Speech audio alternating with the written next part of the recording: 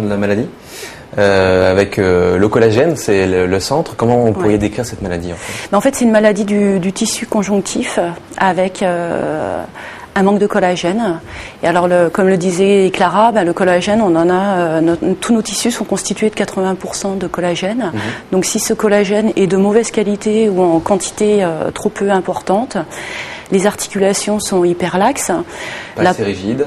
Voilà, la peau est très fine puisqu'elle fait la moitié de la peau de quelqu'un qui n'a pas cette pathologie. Donc problème de cicatrisation. Les problèmes de cicatrisation qui sont énormes, c'est pourquoi on n'opère pas, à part en cas d'urgence, les syndromes d'Ehlers-Danlos. C'est beaucoup de problèmes digestifs, pulmonaires, une grande fatigabilité qui est chronique, qui est permanente. Surtout, il n'y a pas de traitement. Voilà. Alors, Alors ça, c'est le volet maladie orpheline, c'est-à-dire pas de réponse thérapeutique. Ouais. C'est-à-dire que, à part la thérapie génique, qui est encore pas dans un avenir très proche, c'est le seul traitement qu'on puisse envisager. Donc maintenant, il y a quand même des traitements en quelque sorte, parce que déjà il y a tous les morphiniques déjà qui nous aident à calmer les douleurs, qui sont toujours très importantes, très intenses. Régulières aussi, ça. Oui. De toute façon, elles sont quotidiennes. Enfin, elles font vraiment partie de sa vie. Comme dans tous les SED malheureusement. Donc il y a ces médicaments-là, il y a la kiné aussi, il y a la balnéothérapie, il y a les cures thermales aussi qui font beaucoup de bien. Il y a tous les appareillages, les vêtements de contention, etc. Toutes les orthèses qu'elle peut avoir. Et puis c'est beaucoup un traitement, le traitement qu'on fait, c'est le traitement des symptômes, c'est-à-dire qu'une blessure apparaît, on la soigne, on essaye de la réduire le plus vite possible pour limiter les dégâts. Et puis de la prévention, beaucoup de prévention. Tout anticiper en fait. Oui. Voilà, c'est ça, c'est toujours tout anticipé, parce que elle a 11 ans, donc c'est une petite fille, donc quand elle va bien, elle a envie de courir. Et courir pour Clara, c'est dangereux parce que elle se déboîte les genoux en courant. C'est vous qui avez mis les médecins sur la piste de cette maladie. Oui. Il n'y avait pas de diagnostic, il n'y avait pas vraiment ciblé, on va dire.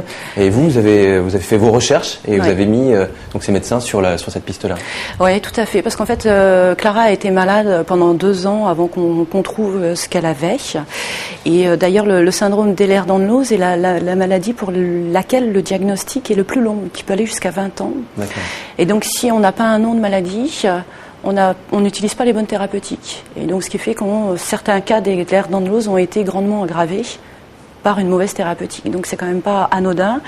Et moi, j'avais besoin d'un nom, d'un ennemi contre lequel me battre. Donc, en fait, j'ai cherché par rapport à tous les symptômes qu'elle avait, ce qui pouvait exister. Et c'est comme ça que j'ai découvert le syndrome d'Ehlers-Danlos. Et effectivement, on m'a confirmé que c'était bien ça, un syndrome d'Ehlers-Danlos.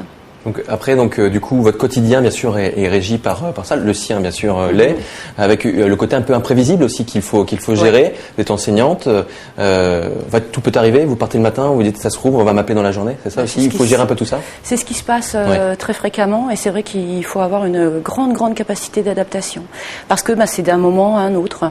Ce qui fait que, par exemple, on se déplace jamais sans le fauteuil roulant, parce qu'elle marche et puis elle ne peut plus marcher. Donc les articulations se bloquent etc. Plus toutes les orthèses qu'on a toujours avec nous au cas où. C'est pourquoi j'ai un très grand sac à main pour pouvoir anticiper tout ça. Donc c'est effectivement très contraignant. On vit avec un centre différent de celui qu'on peut avoir habituellement.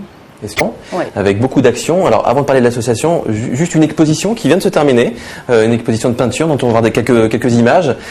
Comment l'idée est venue d'exposer pour récolter quelques fonds notamment, et on va voir à la fin de cette séquence un joli tableau de Clara. Eh bien, en fait, nous on baigne dans un milieu artistique, donc on s'est dit qu'une association, logique, en fait. Voilà, c'était évident. Et puis pour nous, l'art c'est vraiment un vecteur de communication et un vecteur de citoyenneté aussi. On peut rassembler autour de l'art. Donc on a choisi l'art pour parler de la maladie. Donc c'est un moyen, un biais, mais en fait l'idée c'est de pouvoir faire parler de la maladie, récupérer un peu de sous pour faire avancer, on va dire, l'accompagnement, la recherche notamment. Exactement. C'est nos 2 objectifs dans toutes les actions que nous faisons. La première, c'est sensibiliser, alors aussi bien le monde médical et paramédical que le grand public, et ensuite récolter des fonds. Donc pendant une semaine hier, il y a eu une exposition, cette exposition-là, Oui. avec donc notamment un tableau. On va le voir dans quelques instants, celui de Clara, celui-là. Oui. Bien sûr, il a une valeur particulière, obligatoirement. Bien sûr, Il est oui. très coloré en plus. Oui, Ça, oui, ça oui. sent on sent voilà du bonheur et du plaisir. Ah mais complètement. Et puis en plus, ce tableau, c'est un loup qui court, quelque chose qu'elle peut pas faire. Donc c'est quelque chose d'un peu magique. Et puis c'est les couleurs de la vie, quoi. Clara, c'est ce qui compte pour elle. Et puis ce tableau, elle l'a fait avec son papa, qui est peintre, donc sous ses conseils, etc. Donc oui, pour elle, c'est même si c'est beaucoup d'efforts, c'est beaucoup de douleur aussi, puisque bon, elle s'est démise l'épaule quand même en faisant ce tableau. Elle a été très heureuse de le faire. Et puis pour nous, on se dit que bon, c'est peut-être une porte de sortie pour l'avenir, puisqu'on sait qu'en termes de travail, ça va être quelque chose de très difficile pour elle. Donc voilà, ce sont des beaux échappatoires qui pourront peut-être un jour lui permettre de mener une vie autonome. On va voir les coordonnées dans quelques instants de l'association. Quels sont alors il y a 1000 personnes atteintes par cette maladie. Diagnostiquées. Vous avez un maximum de retours depuis que l'association a été créée. Quels sont les retours que vous avez? Oui, alors nous avons effectivement pas mal de retours parce que nous, l'idée, c'est vraiment de faire avancer les choses, le quotidien des malades. Alors, on a choisi apprivoiser parce que c'est une maladie qu'on ne peut pas guérir. Donc, il faut apprendre à vivre avec, l'apprivoiser pour pouvoir vivre avec. On n'a pas le choix, de toute façon. Donc, nous, ce qu'on a voulu faire, c'est vraiment une association qui soit pratico-pratique pour améliorer le quotidien des personnes. Donc le but essentiel, c'était vraiment ça. Parce que nous, quand on s'est retrouvés avec ce diagnostic, voilà, et on en fait quoi? C'était un peu ça. Mais après, concrètement, il se passe quoi? Qu'est-ce qu'on doit faire? Orpheline, d'être un peu seule. Voilà, c'est ça. C'est ça. Donc effectivement, maintenant on réunit une centaine d'adhérents. La moitié sont malades, l'autre moitié sont des personnes qui sont sensibilisées.